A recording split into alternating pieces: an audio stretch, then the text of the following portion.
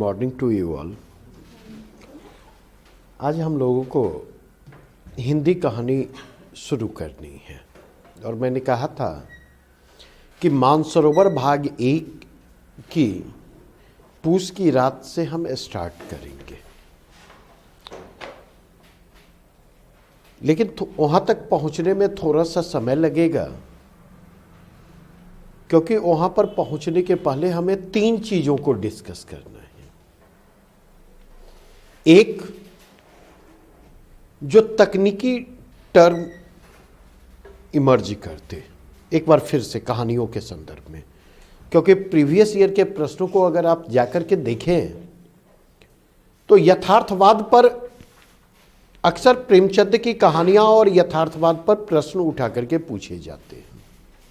और अगर प्रेमचंद की कहानियां और यथार्थवाद पर प्रश्न उठा करके पूछे जाते हैं तो उस स्थिति में आप क्या पाएंगे कि एक यथार्थवाद की समझ होनी चाहिए।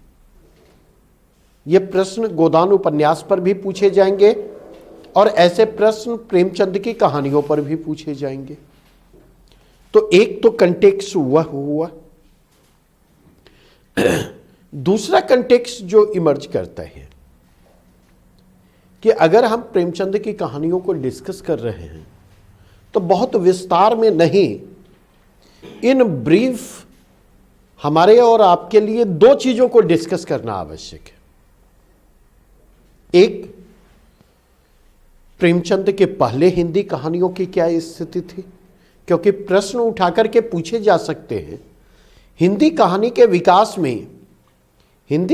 विकास में प्रेमचंद का योगदान और महत्व। तो इस चीज को हम रेस्पॉन्ड कर पाने में तब तक समर्थ नहीं होंगे जब तक कि प्रेमचंद के पूर्व हिंदी कहानियों की स्थिति को हम नहीं जानते। और दूसरी चीज, इस प्रश्न को तब तक हम रेस्पॉन्ड करने की स्थिति में नहीं होंगे जब तक हमें यह ना पता हो कि प्रेमचंद के समय पहले हिंदी कहानी कहां पर थी और प्रेमचंद ने उसे कहां तक पहुंचाया। और यह जानने के लिए एक विवाद को जानना हमारे लिए जरूरी है। और वह विवाद यह है कि हिंदी कहानी की शुरुआत हम कहां से माने, हिंदी की पहली कहानी हम किसको माने।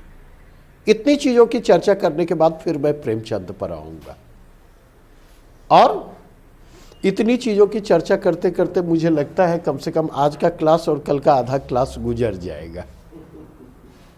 ठीक, तो हम लौटते हैं। देखें,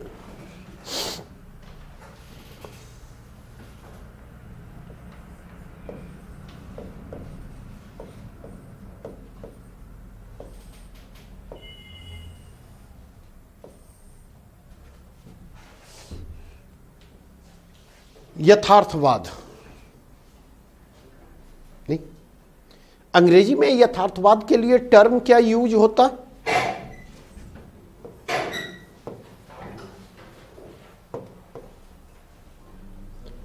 यथार्थवाद के लिए टर्म यूज होता है रियलिज्म। और यथार्थवाद मूल शब्द है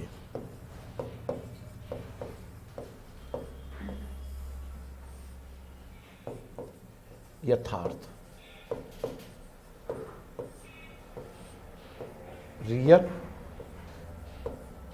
रियलिटी।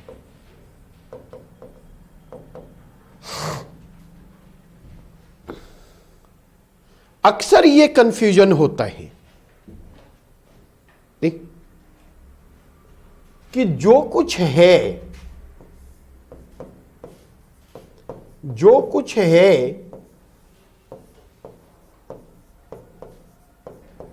उसको हूबहू उसी रूप में दिखाना, जो कुछ है उसको हूबहू उसी रूप में दिखाना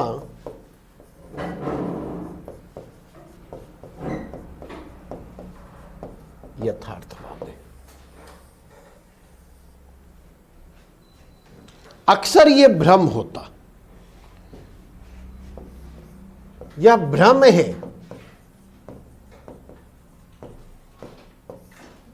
ऐसा कहना सही नहीं है, गलत है।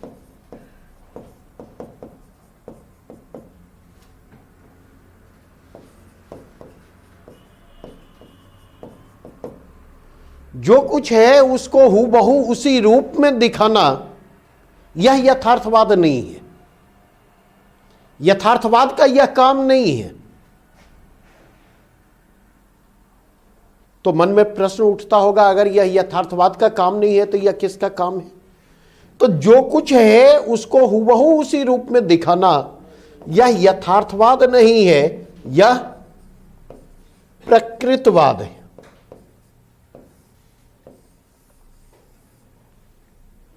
यह क्या है? प्रकृतवाद है। और प्रकृतवाद के लिए जो टर्म यूज होता है वो क्या है? नेचुरलिज्म।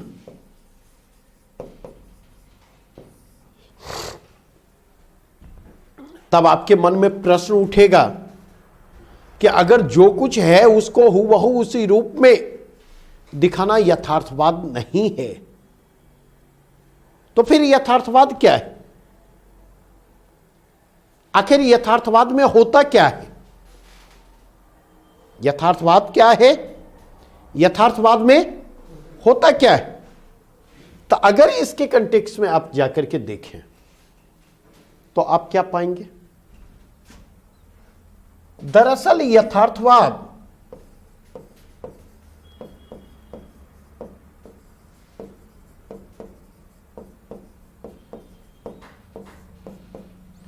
जो कुछ है उसका हूबहू चित्रण ना कर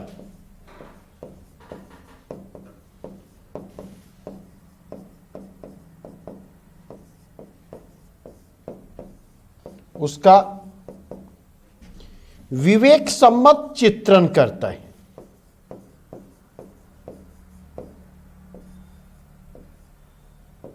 उसका विवेक सम्मत चित्रण करता है,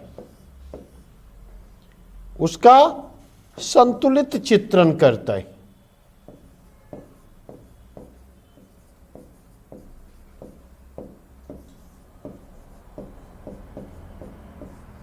यहां पर ध्यान रखें, विवेक सम्मत चित्रण, संतुलित चित्रण।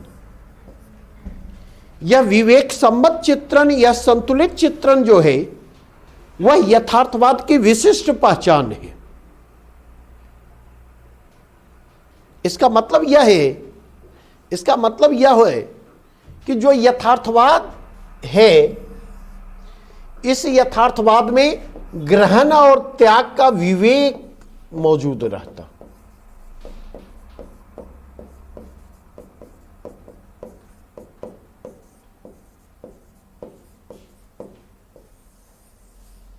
ग्रहण और त्याग का विवेक मौजूद रहता है। किन बात रचनाकार, यथार्थवाद से प्रेरित रचनाकार या यथार्थवादी रचनाकार इस बात को लेकर सजग रहता है कि किन चीजों का चित्रण करना है और किन चीजों का चित्रण नहीं करना है। किन चीजों का चित्रण करना है और किन चीजों का चित्रण नहीं करना है, इस बात को लेकर वह सतर्क रहता है, इस बात को लेकर वह सजग रहता है। अब बातें स्पष्ट हुई। अब थोड़ा सा इसको 2-3 उदाहरणों के जरिए मैं समझाना चाहूंगा। कबीर का नाम आपने सुना होगा। कबीर के बारे में क्या कहा जाता है? कबीर के बारे में यह कहा जाता है कि कबीर, किंवदंती कि कबीर अपनी मां को ऐ मेरे बाप की बहू कहकर पुकारते थे। कबीर अपनी मां को ऐ मेरे बाप की बहू कहकर पुकारते थे। नहीं, हम और आप अपनी मां को ऐ मेरे बाप की बहू कहकर पुकारते नहीं। क्या कहते? मां, मम्मी, मम्मा, अम्मा, माय, दीदी, आदि आदि आदि। तो ए मेरे बाप की बहू, ऐ मेरे बाप की बहू और माँ, अम्मा, मम्मी, मम्मा, माय, दीदी या और भी जो संबोधन है, सच तो दोनों है, सच्चाई तो दोनों में है। और अगर सच्चाई दोनों में है तो इसमें यथार्थवाद के करीब हम क्या मानेंगे, किसको मानेंगे, और प्रकृतवाद के करीब किसको मानेंगे। तो अगर हम देखें तो ऐ मेरे बाप की बहू, यह सच तो है, यह सच तो है लेकिन यह मां के साथ हमारे संबंध जो है उस संबंध को हूबहू दर्शाता है, यह सच का बयान करता है, लेकिन इसमें वह आत्मीयता नहीं है, इसमें वह आत्मीयता नहीं है, इसमें वह सम्मान प्रदर्शित नहीं होता है, इसमें वह स्नेह प्रदर्शित नहीं होता है। जो आत्मीयता, जो सम्मान, जो स्नेह मां कहने में प्रदर्शित होता, प्रकट होता है, अम्मा कहने में प्रकट होता है, मम्मी कहने में प्रकट होता है, मम्मा कहने में प्रकट होता है, माँ कहने में प्रकट होता है। ये बातें समझ रहे हैं या नहीं? तो ऐ मेरे बाप की बहू जो है यह प्रकृतवाद है, यह प्रकृतवादी जीवन दृष्टि है जो ऐ मेरे बाप की बहू कहने और लिखने के लिए उत्प्रेरित करती है, और यह यथार्थवादी दृष्टि है जो हमें ऐ मेरे बाप की बहू की जगह मां, अम्मा, मम्मी, मम्मा, मां आदि संबोधनों के लिए उत्प्रेरित करती है। एक कंटेक्स्ट। अगर दूसरे शब्दों में कहें तो बचपन में संस्कृत पढ़ी होगी आपने, और बचपन में संस्कृत अगर पढ़ी होगी तो आप ध्यान करें, संस्कृत का एक श्लोक सुभाषितानी में आपने पढ़ा होगा, सत्यम बुर्यात प्रियम बुर्यात नो बुर्यात सत्यम अप्रियम। सत्यम बुर्यात प्रियम बुर्यात नो बुर्यात सत्यम अप्रियम, अर्थात सत्य बोलो, प्रिय बोलो, अप्रिय सत्य मत बोलो। तो यह जो जीवन दृष्टि है सुभाषितानी के इस श्लोक के माध्यम से जिस जीवन दृष्टि को अभिव्यक्ति मिल रही है वह सत्य को भी वर्गीकृत करती है, प्रिय सत्य और अप्रिय सत्य, प्रिय सत्य और अप्रिय सत्य, और हमें संदेश देती है कि हमें अप्रिय सत्य बोलने से परहेज करना चाहिए। तो क्या आपको नहीं लगता कि सुभाषितानी में जिस दृष्टि को अभिव्यक्ति मिल रही है वह दृष्टि यथार्थवाद के कहीं ज्यादा करीब है? यथार्थवाद भी तो अप्रिय सत्य बोलने से परहेज का संकेत देता, एक भिन्न रूपों में। यथार्थवाद जो कुछ सच है, जो कुछ हमारी नंगी आंखें देखती है, उसके हुबहू चित्रण की बात नहीं करता। वहां ग्रहण और त्याग का विवेक मौजूद होता है। वह उसके चित्रण के पहले एक बार इस प्रश्न पर विचार करता है कि अगर इसका हुबहू चित्रण हम करें तो इसका न्यूज़पेपर, इसका समाज पर क्या असर पड़ेगा, इसका परिवार पर क्या असर पड़ेगा, और कहीं ना कहीं परिवार और समाज पर पड़ने वाले असर के मद्देनजर वह उसके चित्रण को क्या करता है, वह आंखों से देखे गए सच के चित्रण को संयमित करता है, मर्यादित करता है, संतुलित करता है। और इसलिए हमने कहा जो कुछ है उसका हुबहू चित्रण न कर, उसका विवेक सम्मत चित्रण, उसका संतुलित चित्रण ही जो है वह यथार्थ चित्रण कहलाता है। ये बातें स्पष्ट। तब प्रकृतवाद और यथार्थवाद में अंतर है, इस बात को समझिए। और इस तरह की चीजें जो है कई बार साक्षात्कार वगैरह में आपके काम आएगी, यहां जो काम आएगी वो तो काम आएगी ही, क्योंकि धड़ल्ले से हम बोल जाते। अगर आप देखें तो प्रेमचंद यथार्थवादी रचनाकार हैं, प्रेमचंद यथार्थवादी रचनाकार है। प्रेमचंद समाज में जो कुछ है, जैसा है, उसको हूबहू उसी रूप में नहीं दिखाते, उसका संतुलित चित्रण करते हुए आते। और इसलिए प्रेमचंद की दृष्टि यथार्थवादी दृष्टि है। लेकिन बिहार के ही एक बड़े रचनाकार हुए, बिहार के ही एक बड़े रचनाकार हुए फणीश्वर नाथ रेणु। बचपन में उनकी कहानियां आपने पढ़ी होगी। फणीश्वर नाथ रेणु को देखे तो वो यथार्थवादी रचनाकार कम, प्रकृतवादी रचनाकार ज्यादा है। प्रकृतवाद की झलक फणीश्वर नाथ रेणु की रचनाओं में कहीं ज्यादा मिलती।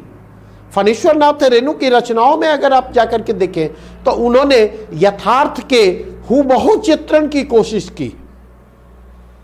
और चूंकि उन्होंने अपनी रचनाओं में यथार्थ के हूबहू चित्रण की कोशिश की है, इसलिए रेणु की रचनाओं में अगर आप जाकर रेणु की रचनाओं पर देखेंगे तो कहीं ना कहीं अश्लीलता का आरोप लगता है। रेणु पर यह आरोप लगता है कि रेणु अपनी रचनाओं में श्लीलता के दायरे का अतिक्रमण करते हैं, और चूंकि वे श्लीलता के दायरे का अतिक्रमण करते हैं इसलिए वे अश्लील हो जाते हैं। इस बात का ध्यान नहीं रख पाते कि जो चित्रण उनके द्वारा किया जा रहा है उसका समाज और परिवार पर क्या असर पड़ेगा, उसका चित्रण उन्हें करना भी चाहिए या नहीं करना चाहिए।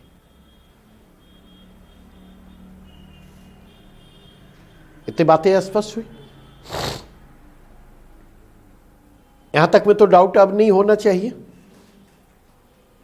सिनेमा देखते हैं, सिनेमा अगर आप देखते हैं तो चले जाएं आप पुरानी मूवी देखें और आज की मूवी देखें। पुरानी मूवी और आज की मूवी में क्या अंतर है? और पुरानी मूवी में कह रहा हूं तो 1980 के दशक के पहले की मूवी की बात कर रहा हूं। पुरानी मूवी की बात कर रहा हूं तो ये राम तेरी गंगा मैली जो आई थी उसके पहले की मूवी की मैं बात कर रहा हूं। राज कपूर मंदाकिनी को लेकर के जो आए थे उसके पहले की जो मूवी थी। पुरानी मूवी और नई मूवी में क्या कोई फर्क दिखाई पड़ता? क्या पुरानी मूवी परिवार के साथ बैठ के देखी जा सकती थी? और क्या आज की मूवी परिवार के साथ बैठकर देखी जा सकती है? पुरानी मूवी में देखेंगे प्रणय प्रसंगों का जो चित्रण होता था, पुरानी मूवी में प्रणय के दृश्यों का जो चित्रण होता था, तो जैसे ऐसे दृश्य आते थे आप गौर करेंगे तोता और मैना को चोंच में चोंच भिराते दिखाया जाता था, या तो तोता और मैना को चोंच में चोंच भिराते दिखाया जाता था, या फिर देखेंगे फूलों की कलियों को एक दूसरे से टकराते दिखाया जाता था। नहीं? और आज अगर देखें, आज जो है कैमरे को बेडरूम के आगे, बेड के आगे कैमरे को सेट कर दिया जाता है। आज की मूवी आप परिवार के साथ बैठकर नहीं देख सकते। ये अंतर आपको, जो मूवी नहीं भी देखते हो, ये अंतर आपको न्यूज़पेपर में दिख जाएगा। अंग्रेजी न्यूज़पेपर और हिंदी न्यूज़पेपर, कई बार आप देखेंगे बातचीत के टेप जारी होते, जो गोपनीय बातचीत हो रहे होते या जो पर्सनल बातचीत होते हैं उसके टेप कई बार जारी होते।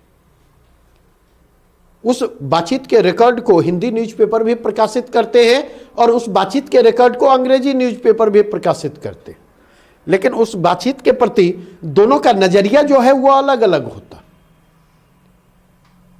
हिंदी न्यूज़पेपर में अगर आप जाकर के देखेंगे, जहां पर गालियों या जहां पर अश्लील शब्दों का प्रयोग है, वहां पर देखेंगे ब्रैकेट में गाली शब्द लिख करके छोड़ दिया जाता।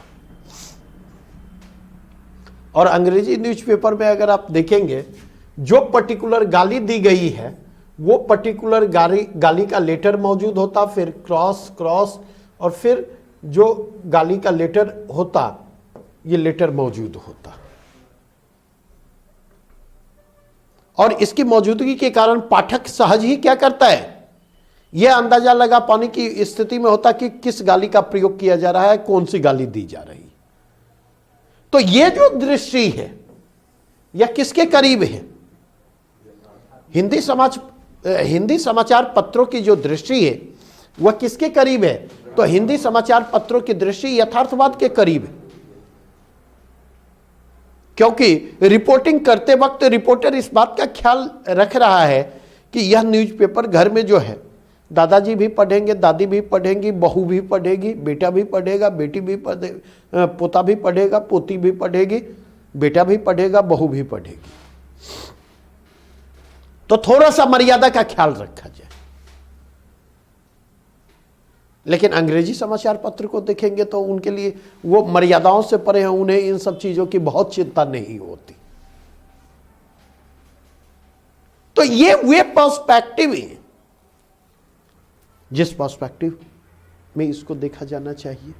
तो ये अंतर हमने आपके साथ डिस्कस किया यथार्थवाद और प्रकृतवाद का, और मुझे लगता है कि इसको लेकर के किसी प्रकार का डाउट अब नहीं होना चाहिए। मूव करूं आगे।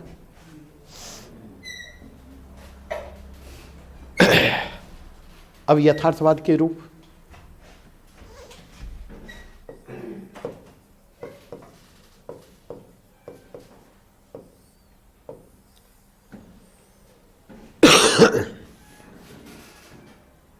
यथार्थवाद दो प्रकार के होते हैं।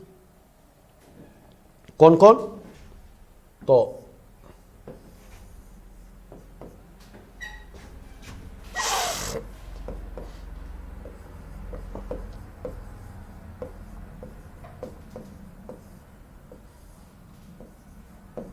भौतिकवादी यथार्थवाद,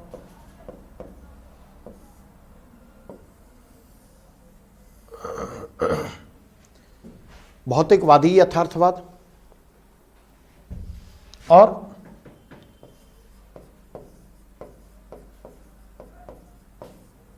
भावनावादी यथार्थवाद।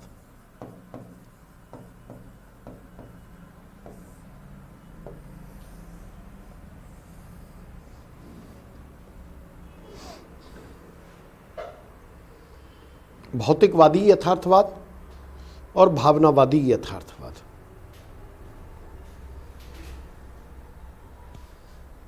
कहेंगे दोनों में अंतर क्या होता है? ये क्या है? पेन। देख, और बचपन से अब तक इसके लिए डांट भी सुनी होगी। क्यों? कई लोगों की आदत होती है पेन को मुंह में लेने की। नहीं तो पेन को मुंह में लेने की आदत होती है तो भाई इसके लिए डांट क्यों? इसके लिए डांट क्यों? चाहे टीचर डांट रहे हो या घर में पेरेंट्स डांट रहे हो। तो इसको देखने का दो नजरिया है। एक नजरिया है ये एक टूल से है, जिस टूल्स का इस्तेमाल हम किस चीज के लिए करते? ये एक टूल्स है जिस टूल्स का इस्तेमाल हम राइटिंग के लिए करते, लिखने के लिए करते। नहीं, इसकी उससे अधिक अहमियत नहीं। क्या फर्क पड़ता है? इसको कभी मुंह में ले लिया, कभी कान में डालने की कोशिश की, कभी सिर खुजलाने की इससे कोशिश की। और एक दूसरी सोच कहती है कि यह केवल लिखने का उपकरण नहीं है, यह जो है ज्ञान की अधिष्ठात्री माता सरस्वती का साक्षात रूप है। इसको जब आप मुंह में लेते हैं तो वो झूठी होती है, उसे झूठा नहीं करना चाहिए, पाप लगेगा, पाप लगेगा। ये जो पाप लगने, इसको मुंह में लेने पर इसके झूठा होने और इसके पाप लगने वाली जो मानसिकता है, दोनों दो सोच है या नहीं? सोच नहीं। तो एक जो सोच इसे लिखने के एक उपकरण के रूप में देखती है, वह सोच भौतिकवादी यथार्थवाद के निकट है। भौतिकवादी नजरिए से इसको देखा जा रहा है और भौतिकवादी नजरिए से इसकी उपयोगिता है, इसलिए हमारी अहमियत है, हमारे लिए इसकी अहमियत है। नहीं, जिस समय लिखने में इसकी उपयोगिता समाप्त हो जाएगी, ये गटर में चली जाए, ये डस्टबिन में चली जाए, बहुत मायने नहीं रखता।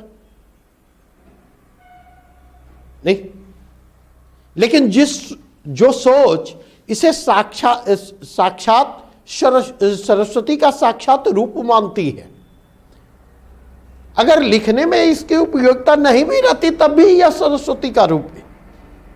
इसमें पैर नहीं लगना चाहिए, गलत जगह पर इसको नहीं रखा जाना चाहिए, नहीं तो क्या होगा, पाप लगेगा।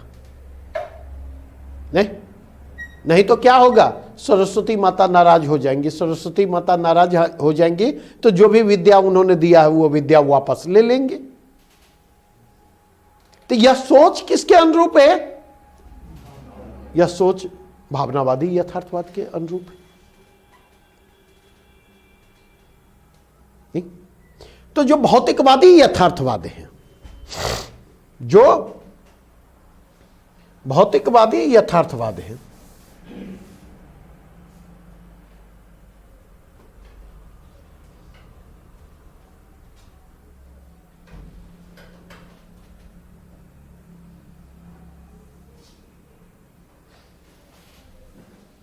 जो भौतिकवादी यथार्थवाद है,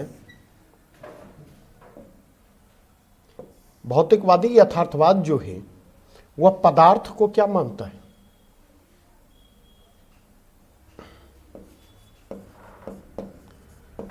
पदार्थ को, भौतिक पदार्थ को, वस्तु को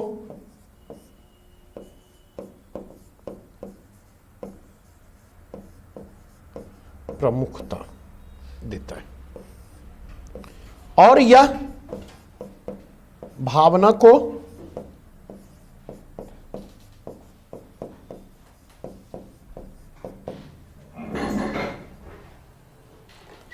यह जो है भौतिक पदार्थ को, वस्तु को प्रमुखता देता है, भावना को गौण मानता है।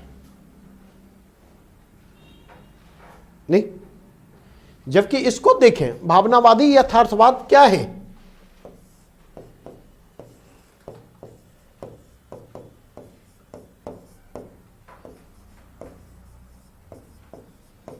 भावना को प्रमुखता देता है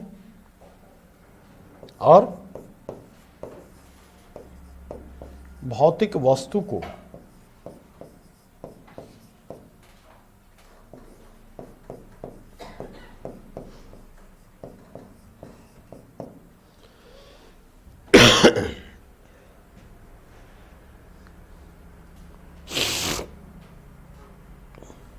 नहीं, यही सोच है जिस सोच के कारण कलम महज लिखने का उपकरण न रहकर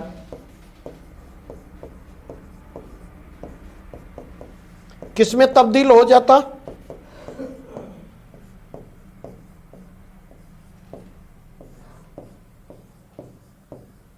सरस्वती के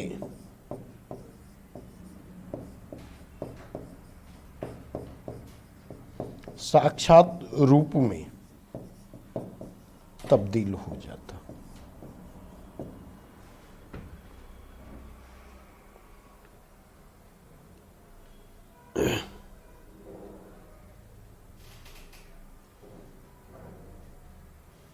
देख, एक और एग्जाम्पल देख लें।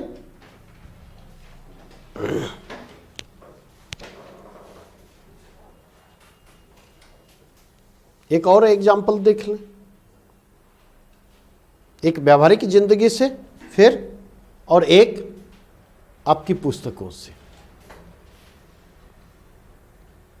गोदान पढ़ा है उपन्यास?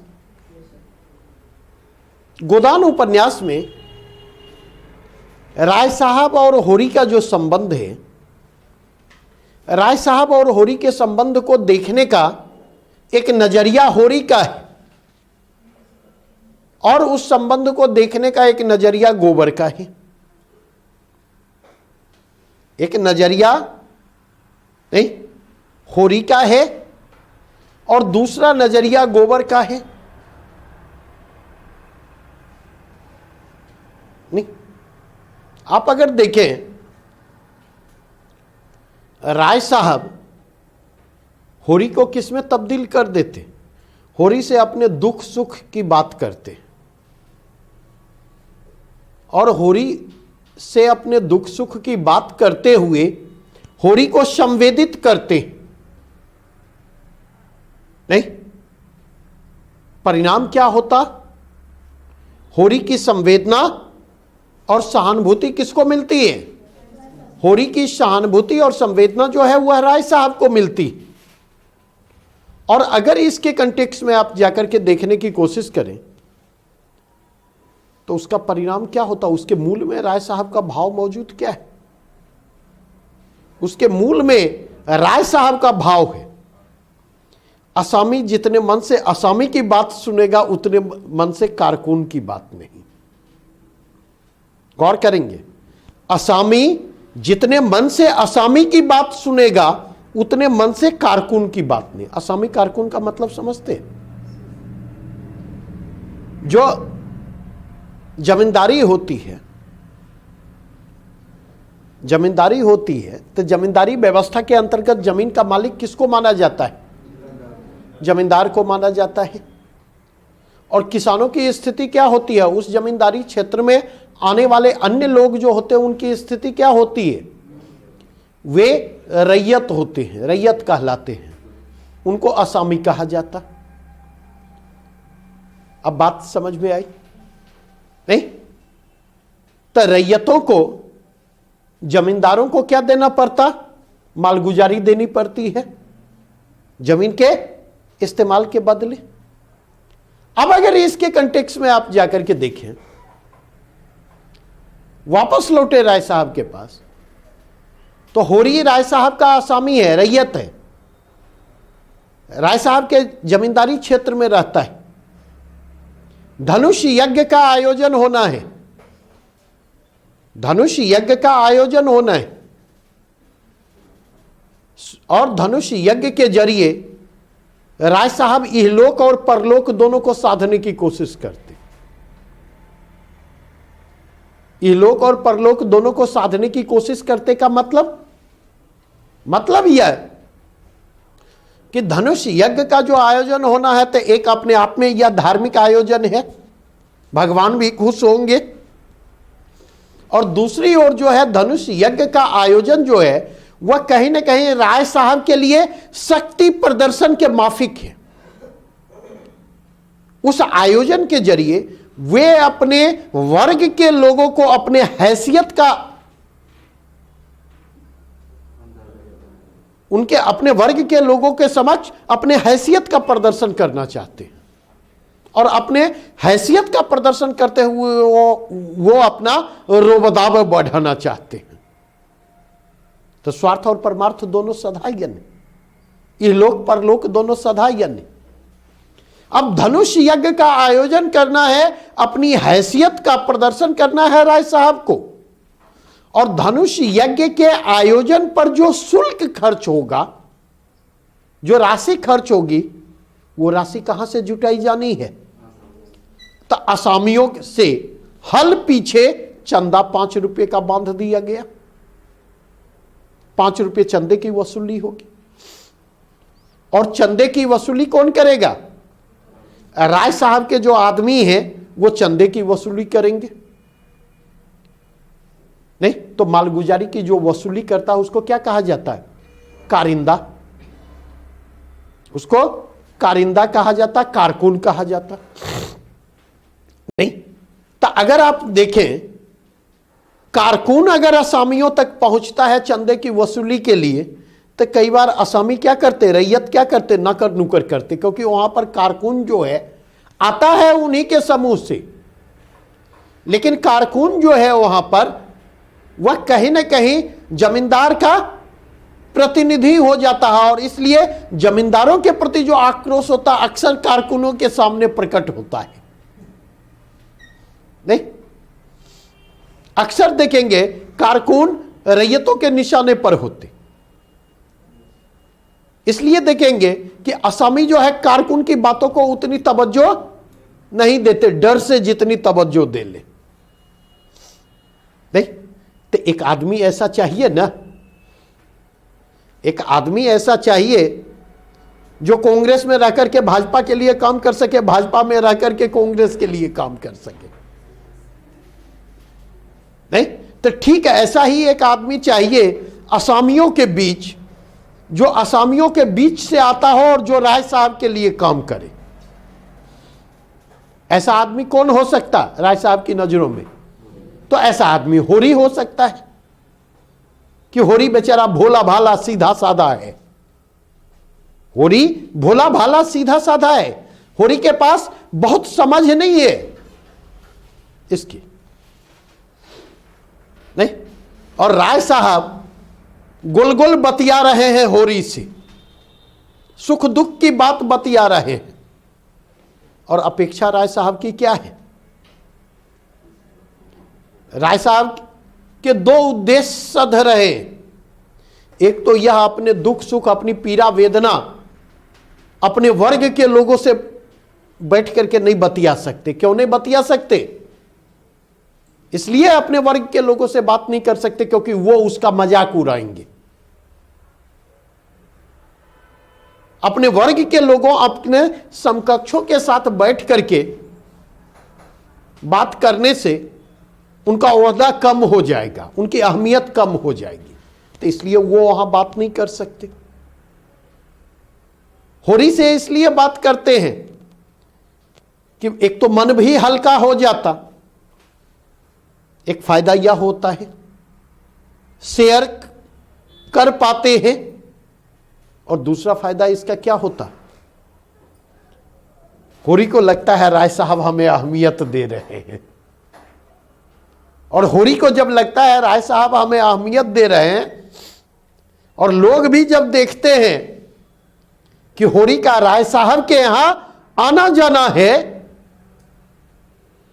तो होरी की धाक लोगों के बीच भी जमती। वह होरिया नहीं रह जाता, वह क्या कहलाता है लोगों के बीच? होरी महतो। वह होरी महतो कहलाता है। और रास्ते में आते जाते लोग जो हैं हुक्का और चिलम के लिए होरी को आमंत्रित करते हैं, पूछते हैं, हालचाल पूछते हैं होरी महतो का। तो थोड़ी सी होरी को भी लगता है कि हमारा कद बड़ा हुआ। लेकिन राय साहब होरी के माध्यम से असामियों के बीच ही असामियों को मैसेंजर बना करके भेज रहे हैं। होरी एक तरह से उनका मैसेंजर है। कोई राय साहब का विरोध करेगा, होरी कहेगा नहीं, तुम जो सोचते हो वो बात नहीं है, कोचिंग में बचत कहां है, सर ने सारा हिसाब किताब हमको बतलाया है, और तुमको इसी तरह लगता है कि कोचिंग वाले माल मार मार के जो है नहीं।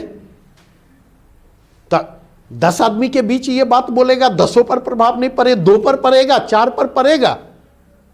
तो राय साहब के लिए स्थितियां और राय साहब के कारकुन के लिए स्थितियां आसान होंगी या नहीं?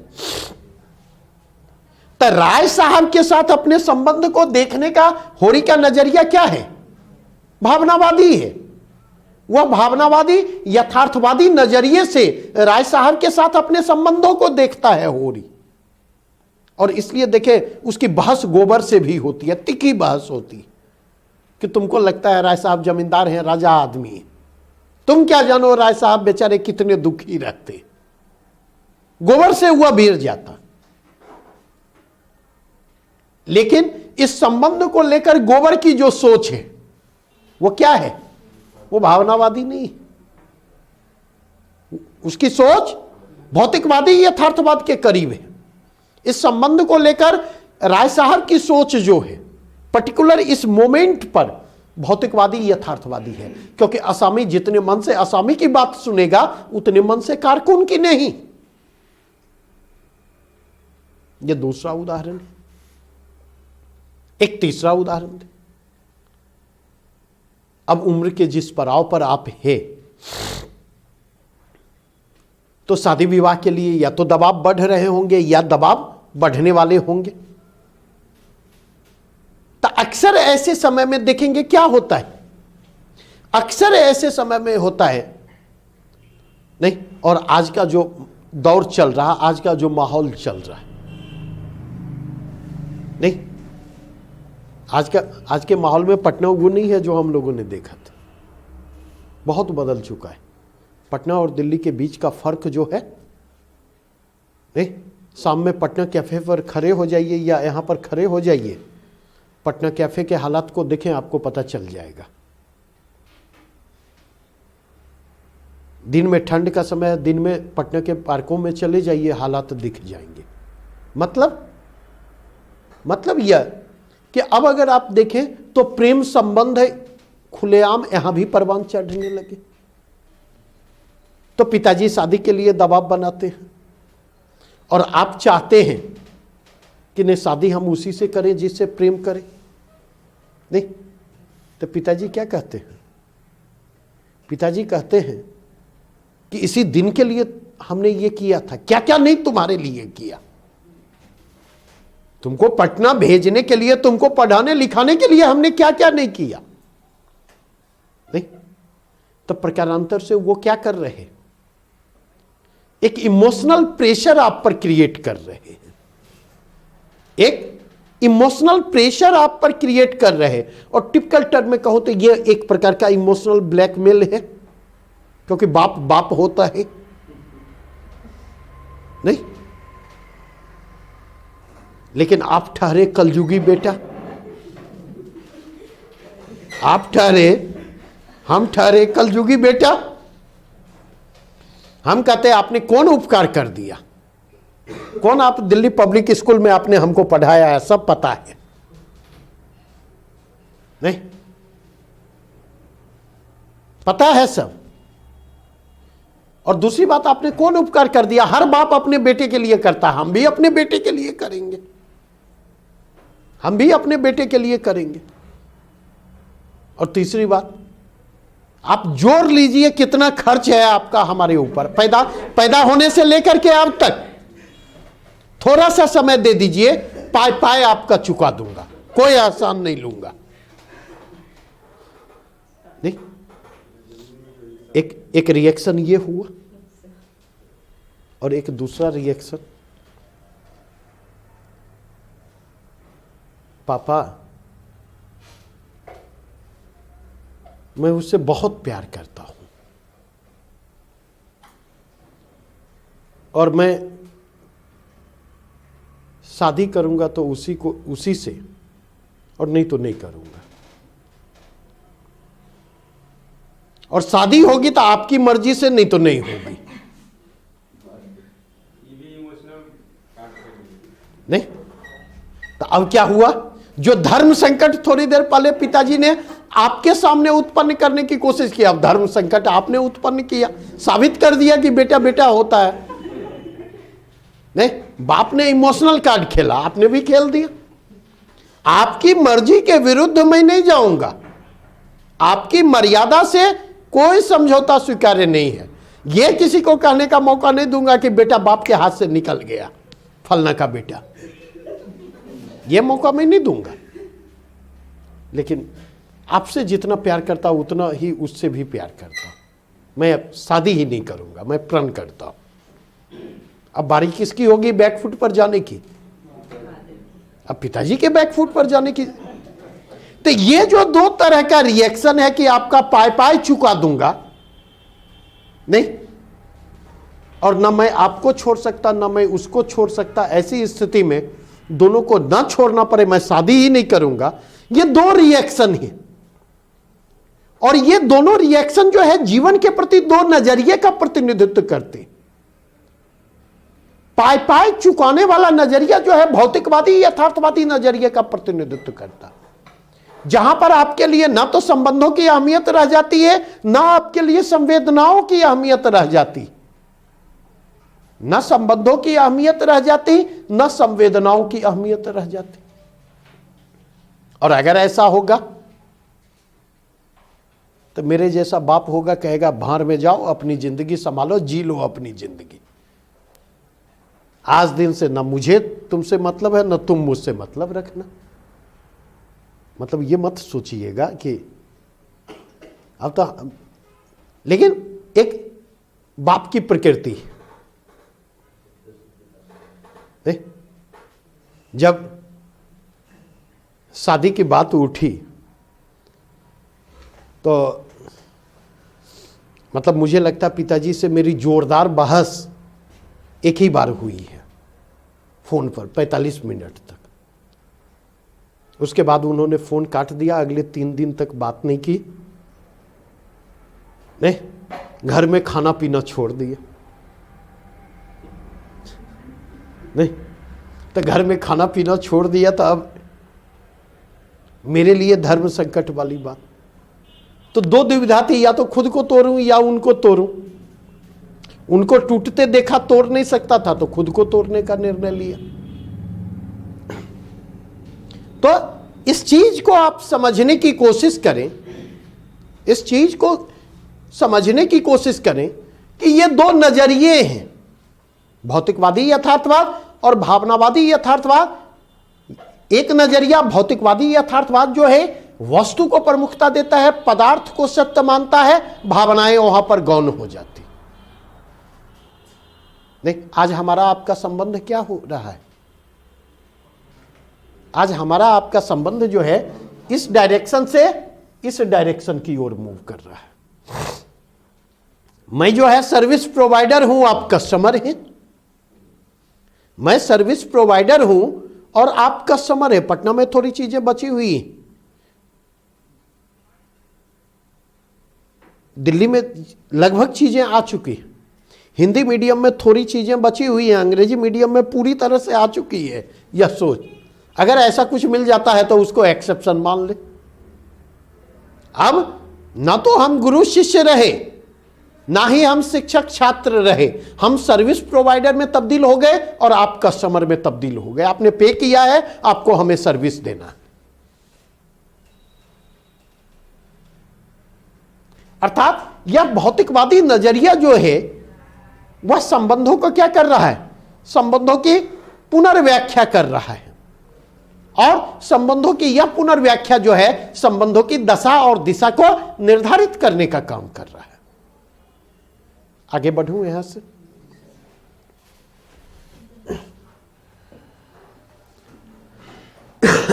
तो अब तक मैंने आपके साथ चर्चा की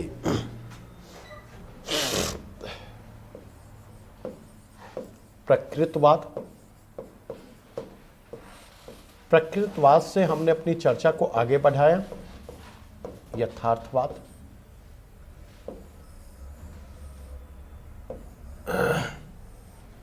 यथार्थवाद से हमने अपनी चर्चा को आगे बढ़ाया भौतिकवादी यथार्थवाद, भावनावादी यथार्थवाद की ओर। और यहां से अब अभी मैं पिक कर रहा भौतिकवादी यथार्थवाद।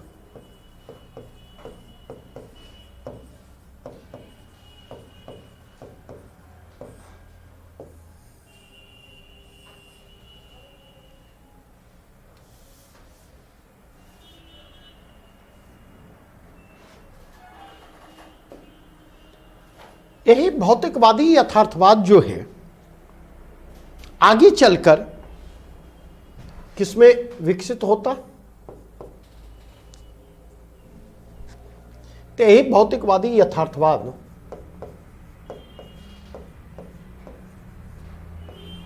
सामाजिक यथार्थवाद में विकसित होता।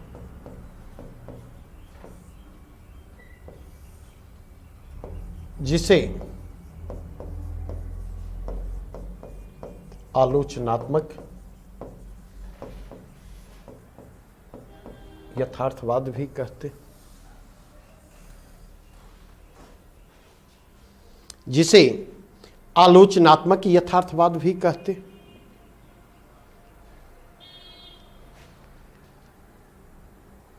जो सामाजिक यथार्थवाद है, जो आलोचनात्मक यथार्थवाद है, इसका जनक किनको माना जाता? Leo Tolstoy.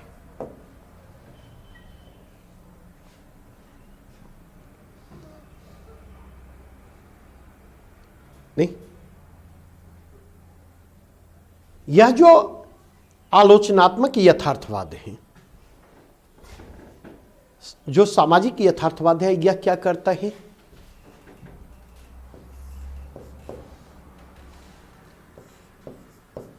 तो यह सामंती समाज के यथार्थ का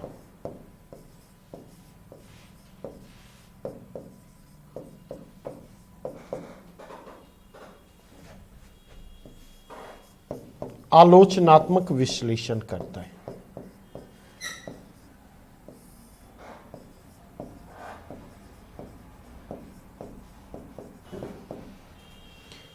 आलोचनात्मक यथार्थवाद या सामाजिक यथार्थवाद जो है वह सामंती समाज के यथार्थ का आलोचनात्मक विश्लेषण करता है। नहीं, और यह आलोचनात्मक विश्लेषण किसके आलोक में करता है? तो उसके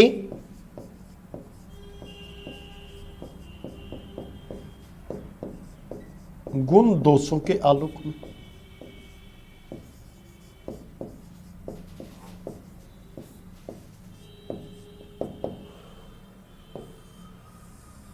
उसके गुण दोषों के आलोक में।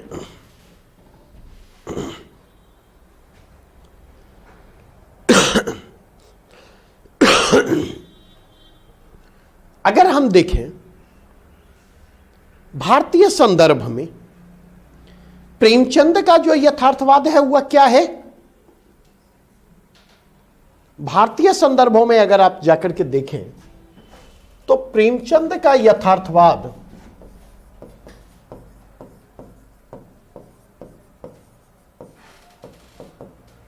भारतीय संदर्भ में देखेंगे तो प्रेमचंद इस धारा का प्रतिनिधित्व करते हैं। आलोचनात्मक यथार्थवादी धारा का प्रतिनिधित्व करते। प्रेमचंद सामाजिक यथार्थवादी धारा का प्रतिनिधित्व करते। क्योंकि प्रेमचंद की रचनाओं में अगर आप देखें तो सामंती समाज के यथार्थ का उद्घाटन किया गया है।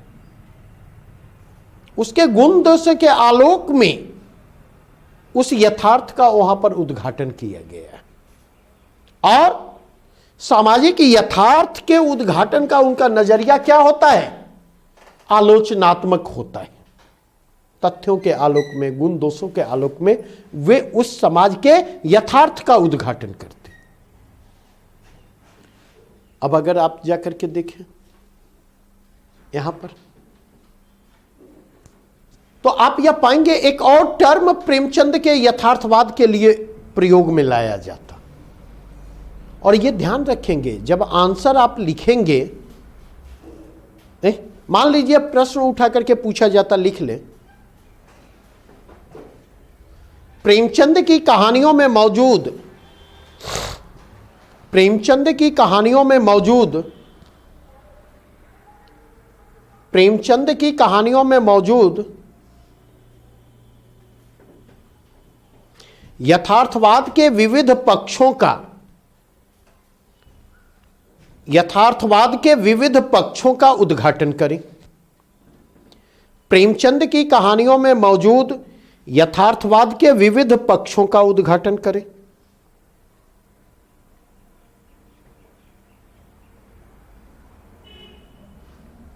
ठीक है, तो इस प्रश्न को जब आप रिस्पॉन्ड कर रहे हैं तो यथार्थवाद के जिन रूपों की मैं आपके साथ चर्चा कर रहा हूं, उन सारे रूपों की चर्चा, उन तकनीकी शब्दों की चर्चा होनी चाहिए और कहानियों के परिप्रेक्ष्य में उसका विश्लेषण होना चाहिए।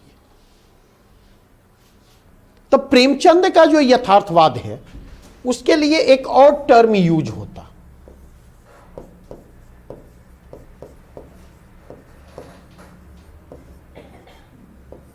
आदर्शोन्मुख यथार्थवाद।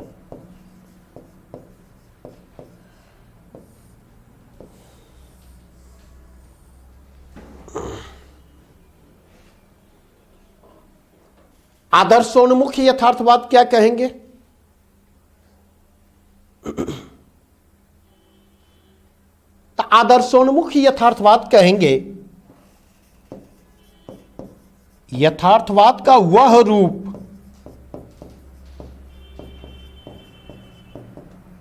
जो निरंतर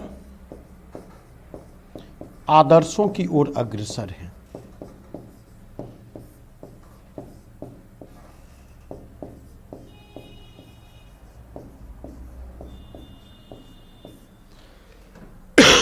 यथार्थवाद का वह रूप जो निरंतर आदर्शों की ओर अग्रसर है, उसको आदर्शोन्मुख यथार्थवाद कहेंगे। अब थोड़ा सा समझने की कोशिश करें। प्रेमचंद की खासियत क्या है? प्रेमचंद के यथार्थवाद की खासियत क्या है? प्रेमचंद यथार्थ के खुरदरे धरातल पर खड़े होते। प्रेमचंद यथार्थ के खुरदरे धरातल पर खड़े होते हैं।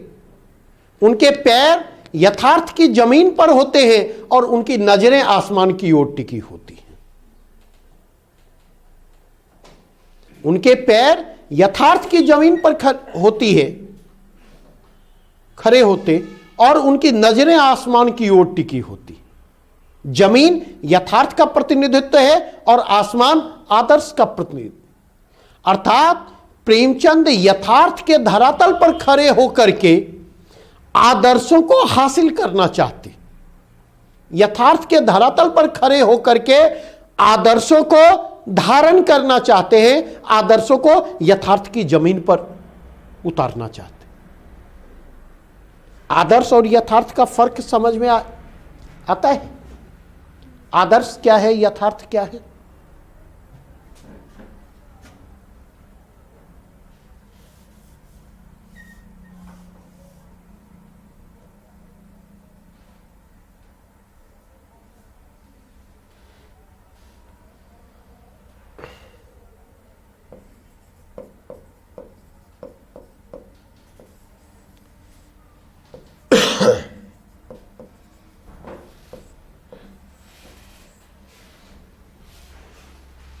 जो है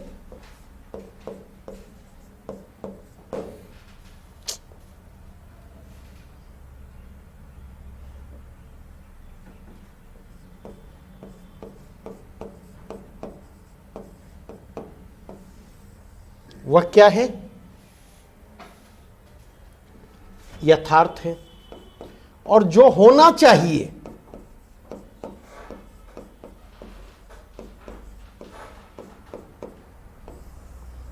जो है वह यथार्थ है, और जो होना चाहिए वह क्या है? आदर्श है।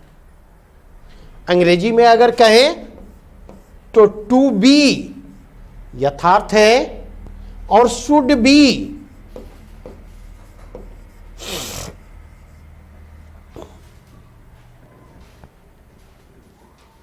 टू बी यथार्थ है, शुड बी आदर्श है।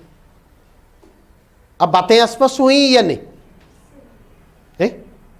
तो प्रेमचंद जो है टू बी से शुड बी की ओर निरंतर बढ़ना चाहते,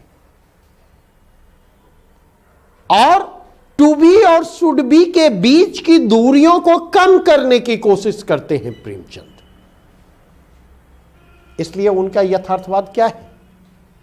आदर्शोन्मुख यथार्थवाद, अर्थात वह यथार्थवाद जो आदर्शों की ओर निरंतर उन्मुख हो। क्लियर? यहां से आगे बढ़ूं तो यही सामाजिक यथार्थवाद जो है,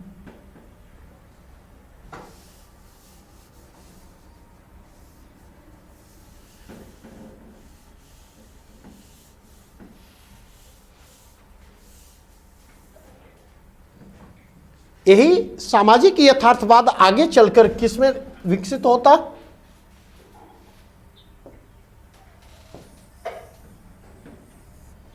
यही सामाजिक यथार्थवाद आगे चलकर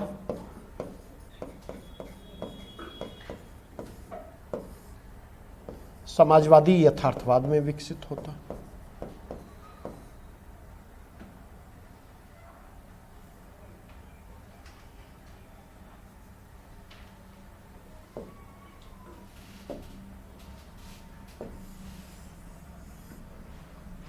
समाजवादी यथार्थवाद क्या है?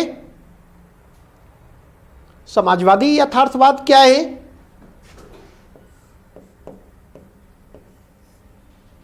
तो समाजवादी नजरिए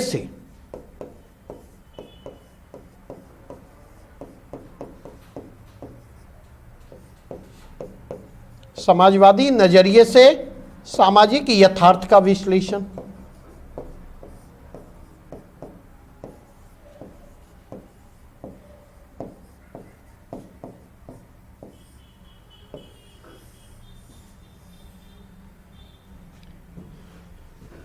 मतलब एक चीज ध्यान रखेंगे थोड़ा सा, यहां पर डिफ्रेंसिएशन को समझना है।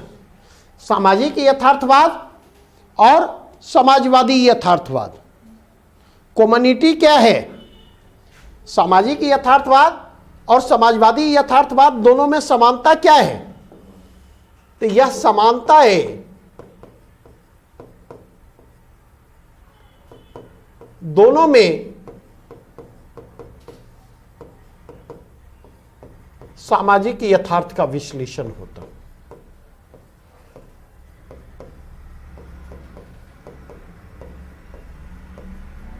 अर्थात सामाजिक यथार्थवाद भी सामाजिक यथार्थ का विश्लेषण करता है और समाजवादी यथार्थवाद भी सामाजिक यथार्थ का विश्लेषण करता है।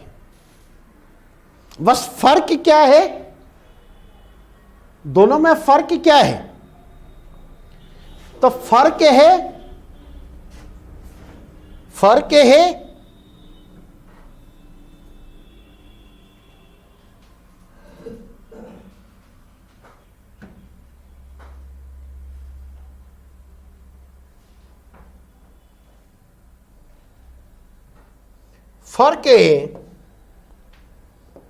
नजरिए का।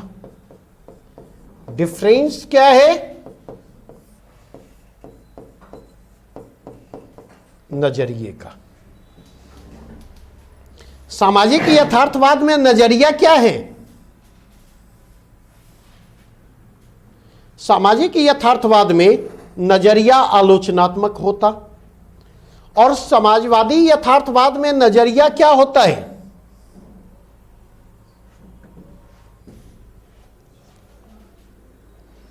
सामाजिक यथार्थवाद में नजरिया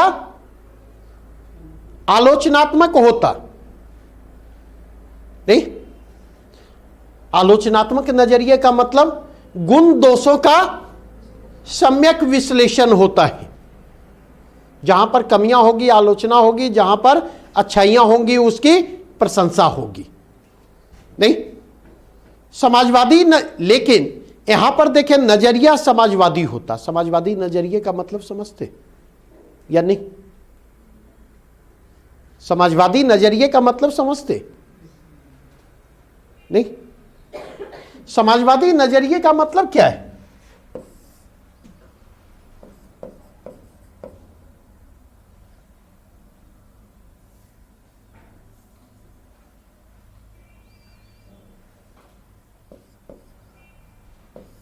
समाज के प्रति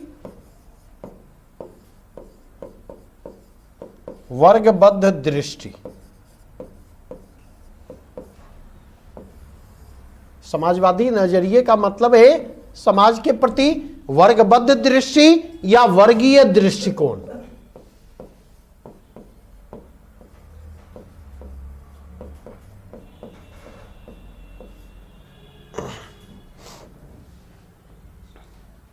वर्गीय दृष्टिकोण, क्योंकि अगर आप देखें तो जो समाजवादी यथार्थवाद है उसका वैचारिक आधार मार्क्सवाद निर्मित करता है। उसका वैचारिक आधार जो है वह साम्यवाद निर्मित करता नहीं। और वर्गीय दृष्टि का यह मतलब है मार्क्सवाद जो है समाज में दो वर्गों की मौजूदगी की बात करता है। मार्क्सवाद के अनुसार समाज में दो वर्ग हैं, एक शोषक वर्ग है और दूसरा शोषित वर्ग है। एक शोषक वर्ग है जिसको वह क्या कहता, बुर्जुआ कहता है। शोषक वर्ग को क्या कहता, बुर्जुआ।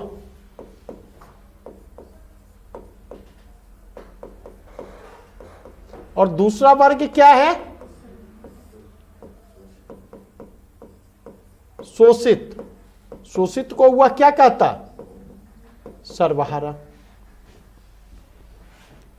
तो जो समाजवादी यथार्थवाद होगा वह समाज के प्रति वर्गीय दृष्टिकोण को लेकर आएगा। उसकी दृष्टि समाज के प्रति वर्गबद्ध होगी। वह समाज को दो वर्गों में बांटकर देखेगा, बुर्जुआ वर्ग, शोषक वर्ग और सर्वहारा वर्ग अर्थात शोषित वर्ग। नहीं, दूसरा यह क्या करेगा,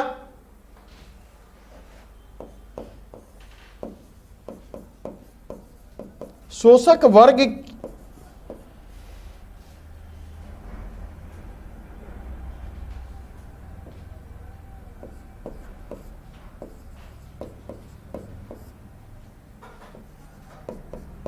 शोषक वर्ग द्वारा शोषित वर्ग के शोषण की प्रक्रिया का उद्घाटन।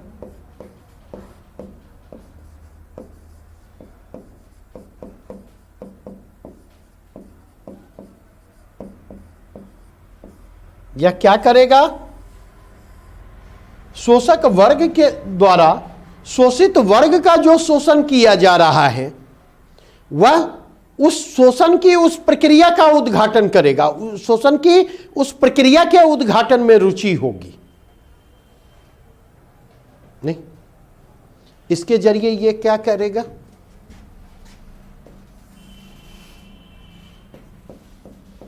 इसके जरिए यह क्या कहेगा, करेगा, तो इसके जरिए यह शोषित वर्ग को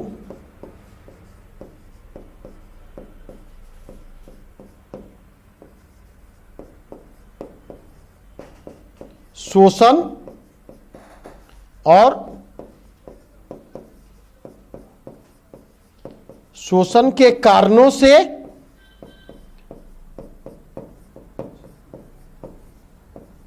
परिचित करवाएगा।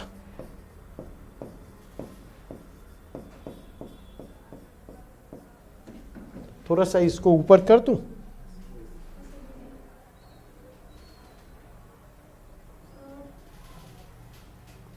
ठीक है, अब बोल रहा हूं तब भी आप लोग जो है ना बदमाशी करते हैं। मतलब जब तक देखिएगा नहीं तब तक मानिएगा नहीं। नहीं, अपने पर भरोसा नहीं है कि जो हम सुन रहे हैं वो सही ही सुन रहे हैं। नहीं, तो हमने क्या कहा, देखिए विजुअल इफेक्ट के लिए तीनों बिंदुओं का सामने रहना जरूरी है। मैंने कहा समाजवादी नजरिए का मतलब है समाज के प्रति वर्गबद्ध दृष्टि, वर्गीय दृष्टिकोण, समाज को दो वर्गों में बांटकर देखना, शोषक वर्ग और शोषित वर्ग। दूसरी बात हमने कही, समाजवादी नजरिया जो है शोषक वर्ग के द्वारा शोषित वर्गों का जो शोषण किया जाता है उस शोषण की प्रक्रिया को उद्घाटित करता। तीसरा, प्रक्रिया के उद्घाटन का उद्देश्य क्या है, तो उसमें हमने कहा कि शोषित वर्ग को शोषण के कारणों से परिचित करवाना। नहीं, और शोषण के कारणों से परिचित करवाते हुए यह क्या करता है, शोषक वर्ग की पहचान करवाता है।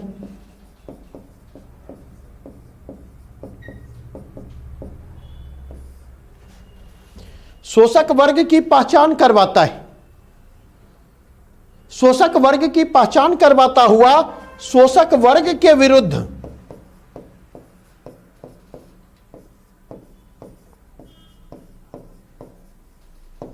शोषित वर्ग में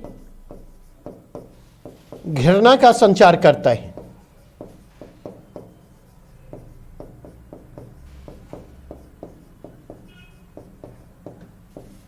और फिर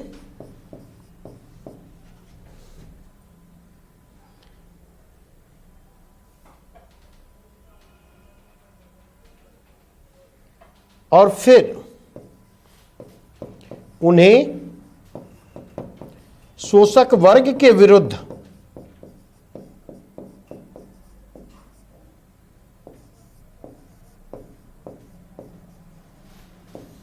संघर्ष के लिए तैयार करता है।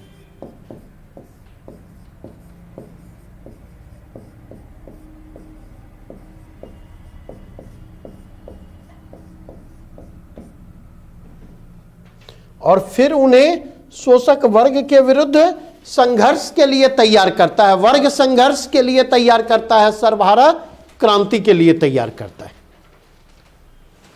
तो जो समाजवादी नजरिया वाला साहित्य होगा, समाजवादी नजरिए वाले साहित्य में साहित्य साध्य न रहकर साधन में तब्दील हो जाता है। साहित्य साधन होता है किसका? वर्ग संघर्ष का, सर्वहारा क्रांति का। अब बातें स्पष्ट हुई। तो अगर हम देखें तो ये जो समाजवादी यथार्थवाद है, समाजवादी यथार्थवाद का जनक किसको माना जाता? तो समाजवादी किसको? समाजवादी यथार्थवाद का जनक माना जाता है मैक्सिम गोर्की को। मैक्सिम गोर्की जो है उनको समाजवादी यथार्थवाद का जनक माना जाता है। मैक्सिमम ने, मैक्सिम गोर्की। अगर कभी मौका मिले तो इनका चर्चित उपन्यास है मदर।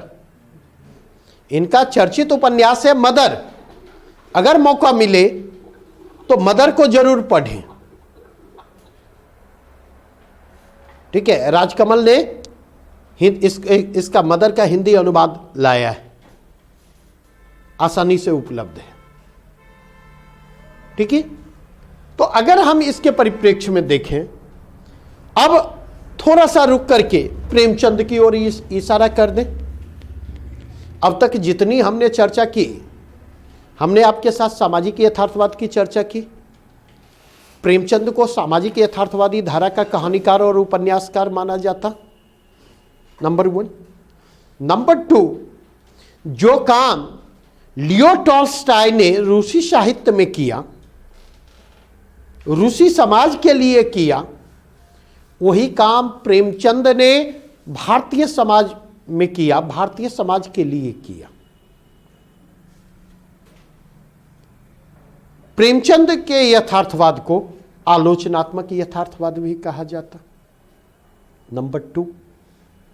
नंबर 3, चूंकि प्रेमचंद का सामाजिक यथार्थवाद जो है, प्रेमचंद सामाजिक यथार्थवाद के धरातल पर खड़े होकर के आदर्शों को उपलब्ध करना चाहते, आदर्शों को हासिल करना चाहते हैं, इसलिए प्रेमचंद के यथार्थवाद को आदर्शोन्मुख यथार्थवाद भी कहा जाता। बड़े घर की बेटी को पढ़े। प्रेमचंद की संयुक्त पारिवारिक चेतना में गहरी आस्था थी। प्रेमचंद ने बड़े घर की बेटी कहानी हो या अलग्योझा कहानी हो, प्रेमचंद इवन गोदान उपन्यास में भी प्रेमचंद ने संयुक्त पारिवारिक चेतना में उस आस्था को दरकते हुए दिखाया। संयुक्त पारिवारिक चेतना टूट रही है, इसे उन्होंने अपनी कहानियों में चित्रित किया। लेकिन कहानी के अंत तक आते आते, उपन्यास के अंत तक आते आते क्या देखते हैं? मतलब श्रीकांत बाबू का घर जो है वह टूटते टूटते रह जाता है। नहीं, जो बड़े घर की बेटी आनंदी कहीं ना कहीं बिखराव का कारण बनती दिखाई पड़ रही थी, वही आनंदी क्या करती है? श्रीकांत बाबू को मनाती है, रोकती है, माफ करने के लिए प्रेरित करती है, और उसके बाद आप देखते हैं घर टूटते टूटते रह जाता है। यही काम आपको कहां दिखाई पड़ता? अलग्योझा कहानी में दिखाई पड़ता। अलग्योझा के रघु को जाकर देखें, यही स्थिति आपको क्या दिखाई पड़ती है? गोदान में दिखाई पड़ती। मतलब देखें, होरी ने गोदान में, मतलब जिस परिवार को निर्मित किया था, जो होरी जब छोटा था उसी समय उसके पिता चल बसे। उसने अपने दोनों बेटों को, दोनों भाइयों को बेटों की तरह पाल पोस कर बड़ा किया, उसका शादी ब्याह किया। लेकिन भावजों के आने के बाद परिवार वह बिखर कर रह जाता, बंटवारा होता ही। लेकिन होरी दिल से कभी उस बंटवारे को स्वीकार नहीं कर पाता, और यही होरी की त्रासदी भी है। और तो और जो गोबर उसकी अपनी औलाद है, वह गोबर भी जब पहली बार शहर से आता है तो क्या कहता है, मां से कहता है कि दादा भी चाहते हैं मैं कमा कमा कर उनकी बेटियों का ब्याह करूं, उनका कर्जा चुकाऊं, उनका देना भरता रहूं, जैसे मेरा जीवन उनका देना भरने के लिए है, और आप अपने बाल बच्चों के मुंह में जावी लगाए रहो। ये गोबर की सोच है। धनिया सन्न रह जाती है। धनिया जब गोबर के मुंह से यह बात सुनती है तो सन्न रह जाती है। मतलब अतीत उसके मानस पटल पर घूमने लगता है। उसके मन में यह भाव उठती, ये गोबर को क्या हो गया। एक होरी था, जब छोटी उम्र में था उसके बाप चल बसी। उसने अपने छोटे भाइयों को बेटों की तरह पाल पोस कर बड़ा किया, उसके प्रति अपनी जिम्मेवारी का निर्वाह किया। और एक गोबर मां बाप के रहते ही उसे बेगाना बनाने पर लगा हुआ नहीं। लेकिन वही होरी जब मृत्यु सैया पर होता है, जब मरणासन्न होता है, तो आप देखें हीरा वापस आता है। अपने किए के लिए वो हीरा शर्मिंदा है, वह माफी मांगता है होरी से। शोभा बगल में खड़ी है, गोबर को भी पश्चाताप होता। गोबर क्या कहता है जब शादी में आता है कि दादा तुम्हारी जगह अगर मैं होता तो या तो सूली पर चढ़ गया होता या जेल में होता, या तो सूली पर चढ़ गया होता या जेल में होता। तो अगर यहां पर जाकर के देखें, अगर यहां पर जाकर के देखें तो होरी मरता तो है लेकिन फील गुड के साथ मरता है, क्योंकि अब भाई को भी अपनी गलती का एहसास है, भाई भी उसके पास है नहीं, और बेटा भी जो है उसके साथ और उसके पास खड़ा है नहीं। तो जो संयुक्त परिवार का सपना बिखर रहा था, वह संयुक्त परिवार जो है का सपना जो है वह एक बार फिर से साकार होते हुआ महसूस कर सकता है। यही तो आदर्शवाद है, यही तो आदर्शोन्मुख यथार्थवाद है, यही तो आदर्शवाद है, यही तो आदर्शोन्मुख यथार्थवाद है। आज हमारी और आपकी पीढ़ी जो है, उस पीढ़ी की विडंबना क्या है।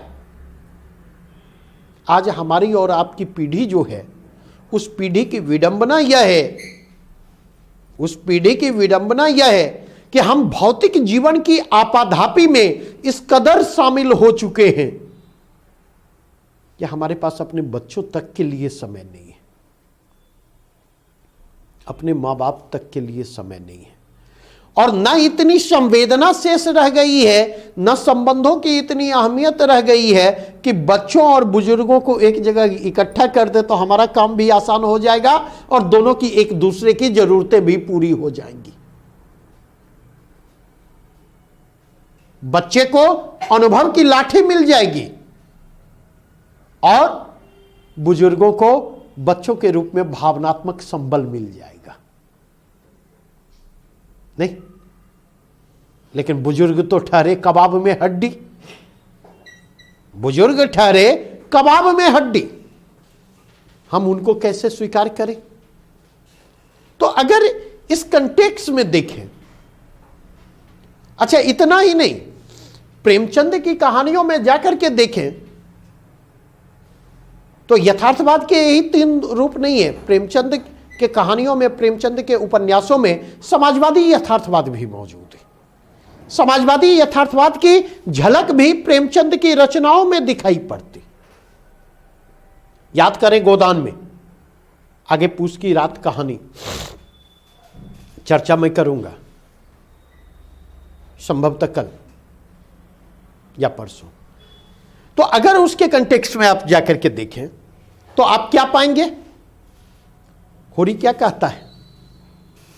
जब हीरा होरी के प्रति सहानुभूति प्रकट करते हुए कहता है कि दादा बहुत दुबले हो गए हो, होरी का जवाब क्या आता? होरी का जवाब आता है कि इस दुनिया में मोटा होना बेहयाई है, 100 को दुबला करके तब कहीं एक मोटा होता है। एक के मोटे होने में क्या सुख? सुख तो तब है जब सब मोटे हो।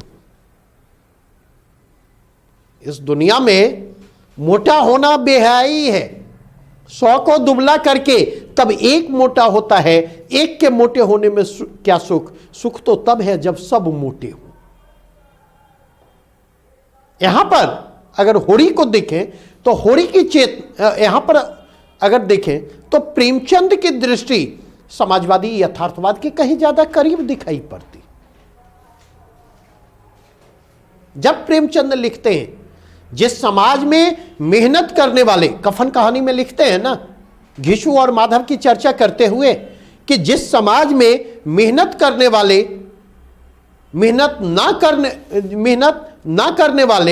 मेहनत करने वाले की स्थिति जिस समाज में मेहनत करने वाले की स्थिति मेहनत ना करने वालों की स्थिति से बेहतर ना हो, उस समाज में मेहनत ना करने की प्रवृत्ति पनपेगी। उस समाज में मेहनत ना करने की प्रवृत्ति पनपेगी। आज के कंटेक्स्ट में जाकर के देखें, मैं आपको एग्जांपल देकर के बताता। पटना में बच्चे भीख मांगते दिखाई पड़ते। जरा उस बच्चे को बुलाइए और उस बच्चे से कहिए कि चलो हम तुमको काम देते, चलो तुमको हम काम देते हैं, तुम हमारे साथ रहने खाने पीने की चिंता से मुक्त रहोगे, काम करो और पैसा भी देंगे। वो नहीं तैयार होगा, क्योंकि भीख से उसकी जितनी कमाई है, एक तो हो सकता है वो बच्चा वॉलंटरी भीख ना मांग करके जो है वो प्रोफेशनल गैंग का शिकार हो। भीख मंगवाने का भी धंधा किया जाता है नहीं। और दूसरा, अगर वह वॉलंटरी भी कर रहा है, स्वैच्छिक रूप से कर रहा है, तो भीख से उसकी दैनिक आय इतनी है जो हम और आप उसको नहीं देख सकते। मेरी आदत जो है, कई बार होता तो पान खाने के लिए निकल जाता हूं, जब लगता कि सिर अब थोड़ी सी स्वच्छ हवा चाहिए तो उसी बहाने निकल गए। तो कई बार मुखर्जी नगर में पान की दुकान पर जाता, आकर के खड़े हो जाते। तो एक दिन बात करना शुरू की पान वाले से, तो उसने बताया कि सर इसकी पर डे की इनकम जो है 1100 से 1200 रुपये है भीख मांगने से पर डे की। और एकदम 12 से 14 चेहरे बत्रा के इर्द गिर्द मडराते दिखाई पड़ते, 12 से 14 चेहरे, ठीक है। और उसके बाद जो है जैसे शाम होगा, एक तो भर दिन पुरिया, और जैसे शाम होगा तो उसके बाद उनकी अपनी जो लत है। तो मेरे कहने का मतलब, मैं जो चीज कहना चाहता कि समाजवादी यथार्थवादी नजरिया जो है वह साहित्य को साधन के रूप में देखता है, साहित्य को साध्य के रूप में नहीं देखता, सामाजिक बदलाव के साधन के रूप में देखता है। और समाजवादी यथार्थवाद की झलक भी हमने कफन के संदर्भ में चर्चा शुरू की थी। समाजवादी यथार्थवाद की झलक प्रेमचंद की कहानियों में आपको मौजूद मिलेगी। यहां पर एक और बात ध्यान रखेंगे, जब प्रेमचंद और सामाजिक यथार्थवाद की बात हो रही है तो प्रेमचंद के यहां सामाजिक यथार्थ का उद्घाटन जो किया गया है प्रेमचंद की कहानियों में, कई आयामों से समाजवादी यथार्थवाद का उद्घाटन किया गया। अगर प्रेमचंद की कहानियों में जाकर के देखें तो जो समाजवादी यथार्थवाद का एक आयाम आपको दिखाई पड़ता, सामाजिक यथार्थवाद का आयाम दिखाई पड़ता, उसमें देखेंगे किसान केंद्र में है। कृषक जीवन के यथार्थ का उद्घाटन करते हुए प्रेमचंद को देख सकते। उस सामाजिक यथार्थ का दूसरा आयाम जो है वह नारियों से जाकर जुड़ता है। नारी जीवन के यथार्थ के उद्घाटन को प्रेमचंद ने प्रमुखता दी। तीसरा, प्रेमचंद के यहां जिस सामाजिक यथार्थवाद को अभिव्यक्ति मिली है उसका एक आयाम दलित जीवन के यथार्थ से जाकर के जुड़ता है। और प्रेमचंद के उपन्यासों की तुलना में प्रेमचंद की कहानियों में जाकर के देखें तो दलित चेतना कहीं ज्यादा मुखर दिखाई पड़ेगी। प्रेमचंद अपनी कहानियों में दलितों की समस्याओं को लेकर कहीं ज्यादा मुखर होते दिखाई पड़ेंगे। मतलब एक कई बार प्रेमचंद के विलक्षण अंतर्दृष्टि का मैं कायल होता। प्रेमचंद की एक कहानी है सदगति। प्रेमचंद की कहानी है सदगति, मौका मिले तो जरूर पढ़िए। और आप देखेंगे जेएनयू में एक नारा पिछले कुछ वर्षों से चल रहा है। वो नारा क्या है? जय भीम लाल सलाम। इस नारे का मतलब समझते हैं? जय भीम लाल सलाम नारे का मतलब समझते हैं? जय भीम दलित, जय भीम दलित नहीं, और लाल सलाम लेफ्ट। तो अगर वहां पर जाकर के देखें दलित और वामपंथी चेतना को जोड़ने की कोशिश, और प्रेमचंद की सदगति कहानी में देखें तो दलितों और आदिवासियों के बीच एक गठजोड़ को निर्मित होते देखा जा सकता। मेरे शब्द पर गौर करेंगे। प्रेमचंद के पूरे कहानी संसार में आदिवासियों की पूरे रचना संसार में आदिवासियों की चर्चा दो जगहों पर दिखाई पड़ती। एक प्रेमचंद के उपन्यास गोदान में, वो वनकन्या मेहता जो शिकार पर जाते हैं तो मेहता की मुलाकात वनकन्या से होती है। नहीं, मालती मेहता को भाव नहीं देती है। नहीं, तो मेहता साहब जो है फिलॉसफर है और मुझसे पूछे तो नारी मनोविज्ञान की अच्छी खासी समझ रखते हैं। नहीं, तो मेहता साहब को पता है कि स्त्री के पीछे भागिएगा तब तो वो मिलने से रही। नहीं, तो अगर उसको पाना है तो इग्नोर कीजिए। वही तरीका अपनाते। दूसरा तरीका है कि अगर उससे भी काम नहीं बन रहा तो वनकन्या की तारीफ कर दीजिए, दूसरी स्त्री की तारीफ कर दीजिए। नहीं, वनकन्या की तारीफ करते, अरे वनकन्या इतनी ही अच्छी है, ब्याह क्यों नहीं कर लिए मेहता जी? तारीफ के लिए वनकन्या, लेकिन वो विवाह करेंगे किससे? मालती से। वनकन्या से विवाह नहीं कर सकती।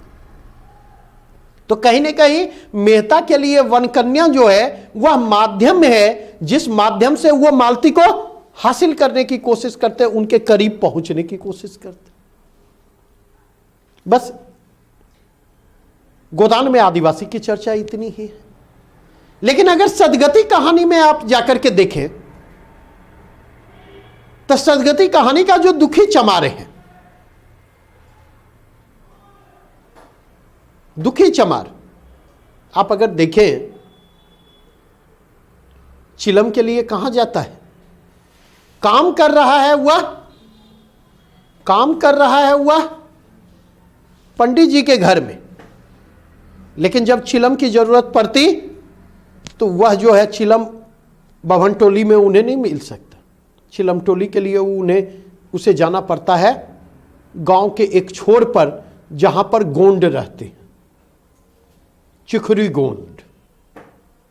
वहां से चिलम लेके आता। चिखरी बहुत समझाने की कोशिश करता, लेकिन पंडित जी है नहीं, अगर नाराज हो गए तो बेटी की शादी के लिए अच्छी साइत नहीं निकालेंगे।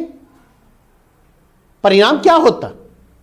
परिणाम यह होता कि दुखी चमार जो है लकड़ी की गांठ फाड़ते फाड़ते जो है दम तोड़ देता। पहले भूसा ढोता, फिर लकड़ी की गांठ फाड़ते फाड़ते हुआ दम तोड़ देता है।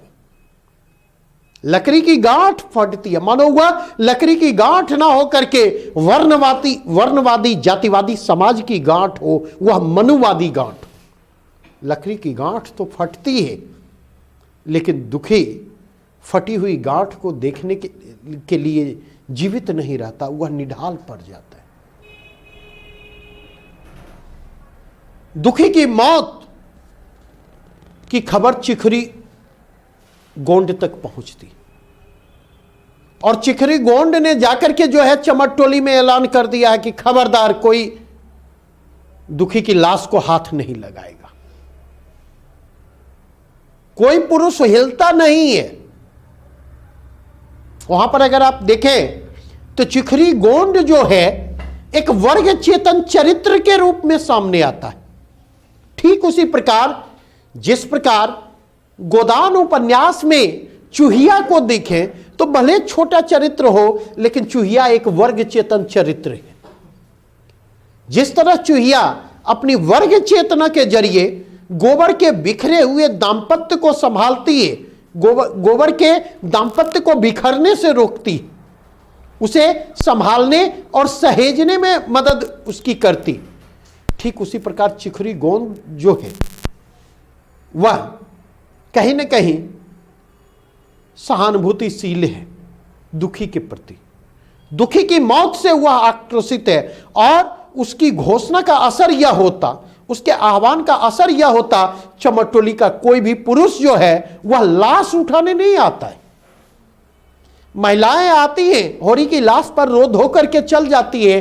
तमाम धमकियों, तमाम दबावों के बावजूद चमरटोली के पुरुष जो है दुखिया चमार की लाश को उठाने से इनकार कर देते। परिणाम यह होता कि लाश में रस्सी बांध करके पंडित जी और पंडिताइन जी को खुद लाश को गांव के बाहर करना पड़ता है। यह वर्गीय प्रतिरोध है, और सदगति में वर्गीय प्रतिरोध का जो आधार निर्मित हुआ है, सदगति कहानी में वर्गीय प्रतिरोध का जो आधार निर्मित हुआ है, वह आधार निर्मित हुआ है दलित आदिवासी गठजोड़ के माध्यम से। प्रेमचंद की विलक्षण अंतर्दृष्टि को देखिए, प्रेमचंद की विलक्षण अंतर्दृष्टि को देखिए, और यह जय भीम और लाल सलाम से बहुत आगे की चीज है। यह जय भीम और लाल सलाम से बहुत आगे की चीज है। ऐसी सोच थी प्रेमचंद की, और प्रेमचंद की इस सोच को देखें तो इसमें सहज ही किसकी झलक हमें दिखाई पड़ती? इसमें सहज ही हमें समाजवादी यथार्थवाद की झलक दिखाई पड़ती। तो इस तरह से हमने देखा कि प्रेमचंद में सामाजिक यथार्थवाद है, आलोचनात्मक यथार्थवाद है, आदर्शोन्मुख यथार्थवाद है, समाजवादी यथार्थवाद है। यथार्थवाद के इन चार रूपों की मौजूदगी हमने प्रेमचंद में देखी। और भी कोई रूप मौजूद है तो हम देखते।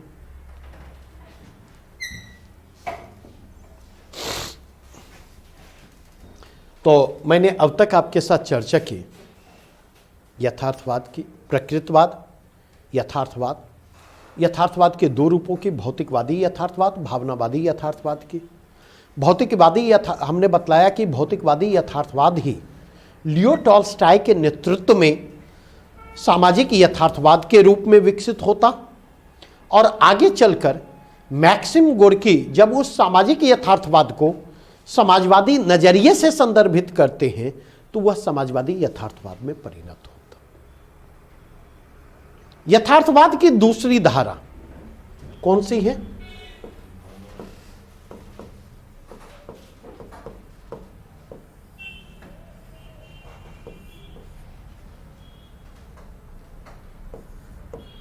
भावनावादी यथार्थवाद के।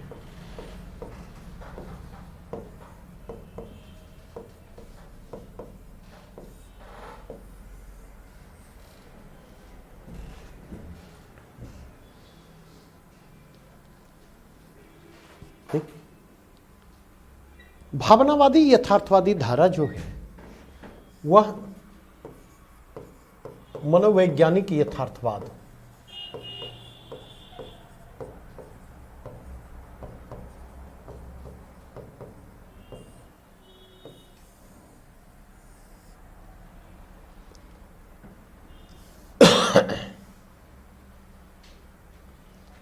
मनोवैज्ञानिक यथार्थवाद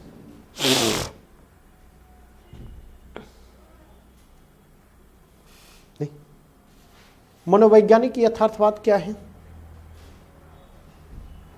नहीं,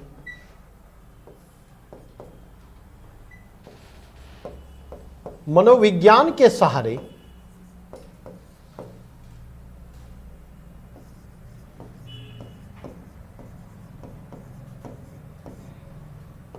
जिस यथार्थ का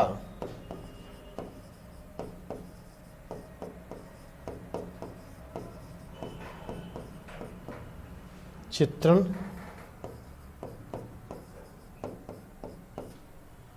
मनोविज्ञान के सहारे जिस यथार्थ का चित्रण किया जाए, नहीं तो मनोविज्ञान के सहारे जिस यथार्थ का चित्रण किया जाए तो किस यथार्थ का चित्रण? नहीं तो मनोविज्ञान के सहारे व्यक्ति के अंतर्जगत के यथार्थ का चित्रण होता।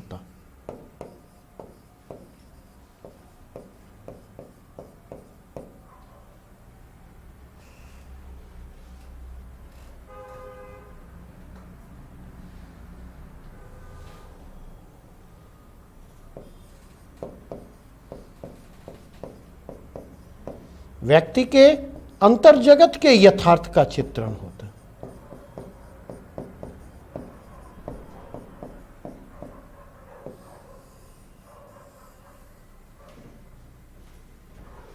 नहीं, अगर आप देखें तो कई बार मैं आपसे पूछता हूं कि समझ में आ रहा है, आप कहते हैं हां, मैं कहता हूं नहीं। कहता हूं कैसे? मैं कहता हूं नहीं। कोई थर्मामीटर तो नहीं है, कोई अंतर्यामी तो मैं नहीं हूं। नहीं तो कहीं ना कहीं मैं वहां पर उस समय आपके चेहरे को पढ़ने की कोशिश करता और आपके चेहरे के जरिए आपके अंदर जो भाव मौजूद हैं, अगर आपके भीतर द्वंद्व होगा, अगर आपके भीतर दुविधा होगी तो वो आपके फेशियल एक्सप्रेशन के जरिए प्रकट होती है। और जैसे वो दुविधा दिखती है, मुझे लग जाता कि आप या तो मुझे खुश करने के लिए बोल रहे हैं, समझ में आ रहा है, नहीं, या फिर जो है आपको लग रहा है कि बोलेंगे नहीं समझ में आ रहा है तो सर कहीं गुस्सा न जाए, इसलिए बोल रहे हैं कि सर समझ में आ रहा है, जबकि आपको समझ में नहीं आ रहा। या कई बार आपको लग रहा है कि अगर सर को बोले समझ में नहीं आ रहा है तो पता चला पीछे की चीज़ों को पूछना शुरू कर दिया, जो कहा था ये पढ़ के आना, पूछना शुरू कर दिया तो ये दिक्कत हो जाएगी, पता चल जाएगा कि नहीं पढ़ रहे। नहीं तो अगर इसके कंटेक्स्ट में देखें, अगर इसके कंटेक्स्ट में देखें, नहीं तो कहीं ना कहीं प्रेमचंद के यहां मनोवैज्ञानिक यथार्थवाद की भी झलक मिलती। प्रेमचंद ने एक स्टेटमेंट दिया है उपन्यास के संदर्भ में, जो प्रेमचंद की औपन्यासिक दृष्टि की ओर इशारा करते हैं। प्रेमचंद के पहले तक कहानियों या उपन्यासों में चरित्रों को महत्व नहीं मिला। वे मूल रूप से क्या थे? चरित्र।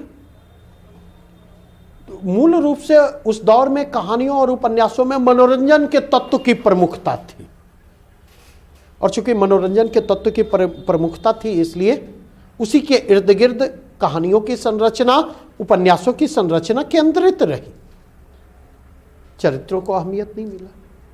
प्रेमचंद जब आते हैं तब प्रेमचंद अपनी रचनाओं में चरित्रों को अहमियत देते। प्रेमचंद के पहले तक चरित्र अच्छे या बुरे थे, कैरेक्टर जो होते थे ब्लैक एंड व्हाइट होते थे। लेकिन प्रेमचंद जब आते हैं तब प्रेमचंद इस सोच के साथ उपस्थित होते कि कैरेक्टर जो होते हैं वो ब्लैक एंड व्हाइट नहीं होते, चरित्र जो होते हैं श्वेत और श्याम नहीं होते। चरित्र कैसे होते हैं? चरित्रों का शेड कैसे होता है? ग्रे होता है। अर्थात ब्लैक एंड व्हाइट को जब मिलाएंगे तो क्या होगा? ग्रे होगा। वे ब्लैक और व्हाइट नहीं होते, वे ब्लैक एंड व्हाइट होते। और जब ब्लैक एंड व्हाइट होंगे तो वो शेड ग्रे होगा। हर चरित्र में कुछ अच्छाइयां होंगी, हर चरित्र में कुछ कमियां होगी, और अच्छाइयों और बुराइयों का यह संयोजन उस विशिष्ट चरित्र को आकार प्रदान करेगा। प्रेमचंद लिखते अपनी औपन्यासिक दृष्टि की ओर इशारा करते हुए कि मैं उपन्यास को मानव चरित्र का चित्र मात्र समझता हूं। मैं उपन्यास को मानव चरित्र का चित्र मात्र समझता हूं। मानव चरित्रों पर प्रकाश डालना और उसके रहस्यों को खोलना उपन्यास का मूल तत्व है। नहीं, मतलब मानव चरित्रों पर प्रकाश डालना और मानव चरित्रों के रहस्यों का उद्घाटन कब संभव होगा? तो मानव चरित्रों पर प्रकाश डालना और मानव चरित्रों के रहस्यों का उद्घाटन जो है यह मनोविज्ञान के जरिए संभव होता। मनोविज्ञान साधन बनकर आता है। किसका? तो यह साधन है मानव चरित्रों पर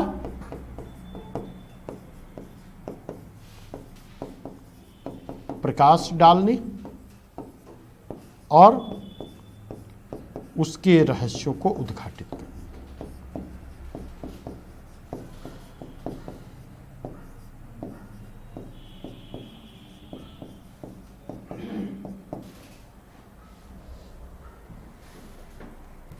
नहीं, लेकिन यहां पर ध्यान रखेंगे, प्रेमचंद के यहां, अगर प्रेमचंद के कंटेक्स्ट में बात करूं तो प्रेमचंद के यहां मनोवैज्ञानिक यथार्थवाद क्या है? साधन है। साध्य क्या है? प्रेमचंद के यहां मनोवैज्ञानिक यथार्थवाद साधन है और साध्य है सामाजिक यथार्थवाद।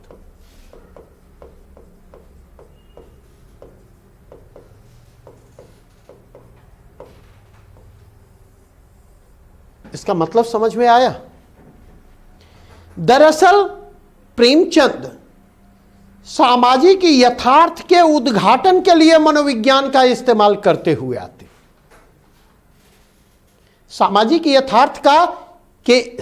यथार्थ के एक पक्ष का संबंध जो है वह व्यक्ति की बाहरी दुनिया से जाकर जुड़ता, समाज से जाकर जुड़ता है, परिवार से जाकर जुड़ता है, और सामाजिक यथार्थ का एक दूसरा पक्ष जो है वह व्यक्ति के अंतर्जगत से जाकर जुड़ता है।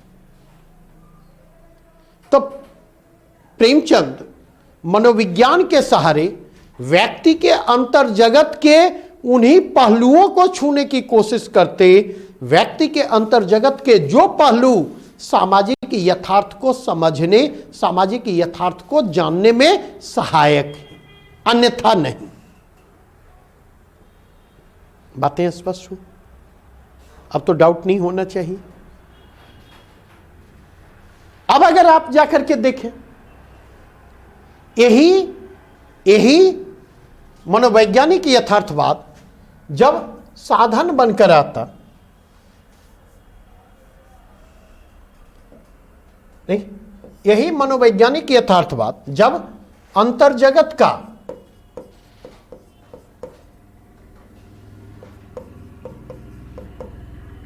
जब व्यक्ति के अंतर्जगत का विश्लेषण ही साध्य हो जाए,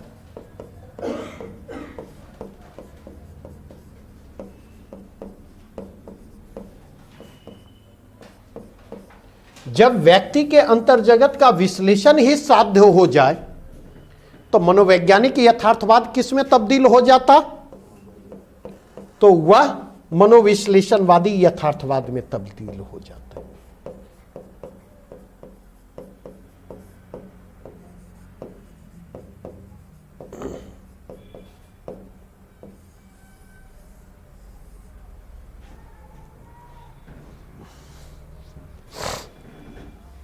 जब व्यक्ति के अंतर जगत का विश्लेषण ही साध्य हो जाए, यहां पर प्रेमचंद के यहां व्यक्ति के अंतर जगत का विश्लेषण साध्य नहीं है, वह क्या है? साधन है। साध्य क्या है? सामाजिक यथार्थ का विश्लेषण। तब तक वह मनोवैज्ञानिक यथार्थवाद है। जब व्यक्ति के अंतर जगत का विश्लेषण ही साध्य बन जाए तो वह किस में तब्दील हो जाएगा? वह मनोविश्लेषणवादी यथार्थवाद में तब्दील हो जाएगा। और मनोविश्लेषणवादी यथार्थवाद के उदाहरण कौन है? जैनेन्द्र हैं, अज्ञेय हैं, नहीं, उसके बाद इलाचंद्र जोशी हैं,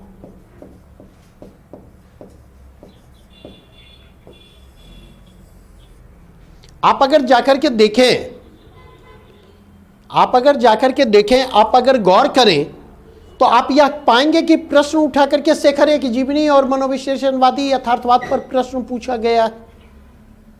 एक बार प्रश्न जो है फ्राइड के मनोविज्ञान पर से जोड़ करके शेखर से पूछा गया है। ये बातें स्पष्ट हुई। तो ये आपको यथार्थवाद के विविध रूप थे, जिन विविध रूपों को मैंने आपके सामने रखने की कोशिश की और जिसकी जानकारी प्रेमचंद की कहानियों पर चर्चा के पहले आपसे अपेक्षित थे। क्लियर? अब कोई भी डाउट हो आप पूछ सकते हैं, किसी भी प्रकार का डाउट हो। लगभग यथार्थवाद से जुड़े हुए पहलुओं पर मुझे जितनी चर्चा करनी थी लगभग हमने आपके सामने रख दी। अब प्रश्न पर मत जाओ, अभी प्रेमचंद चर्चा कर ली नहीं ना, धैर्य रखिए, चर्चा करेंगे जब। प्रकृतिवाद और भौतिक यथार्थवाद में साम्य है क्या? प्रकृतिवाद और भौतिक यथार्थवाद चार्ट आप देखें ना कैसे बढ़ रहे हैं, चार्ट आप देखें कैसे बढ़ रहे हैं। जब यथार्थवाद है तो प्रकृतिवाद और यथार्थवाद में साम्य कैसे होगा? दोनों एक चीजें होंगी।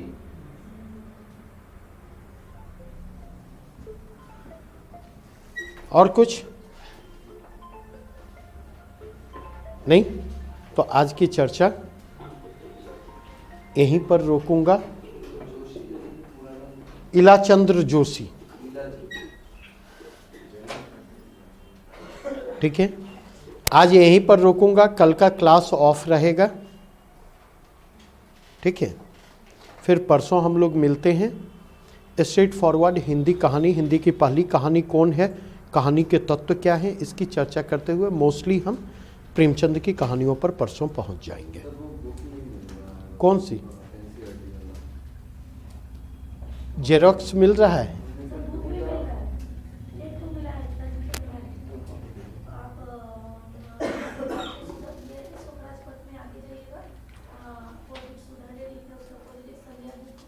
अच्छा, संजय के यहाँ नहीं तो एनसीईआरटी खोजने आप राजकमल जाएंगे तो कहाँ से मिलेगा?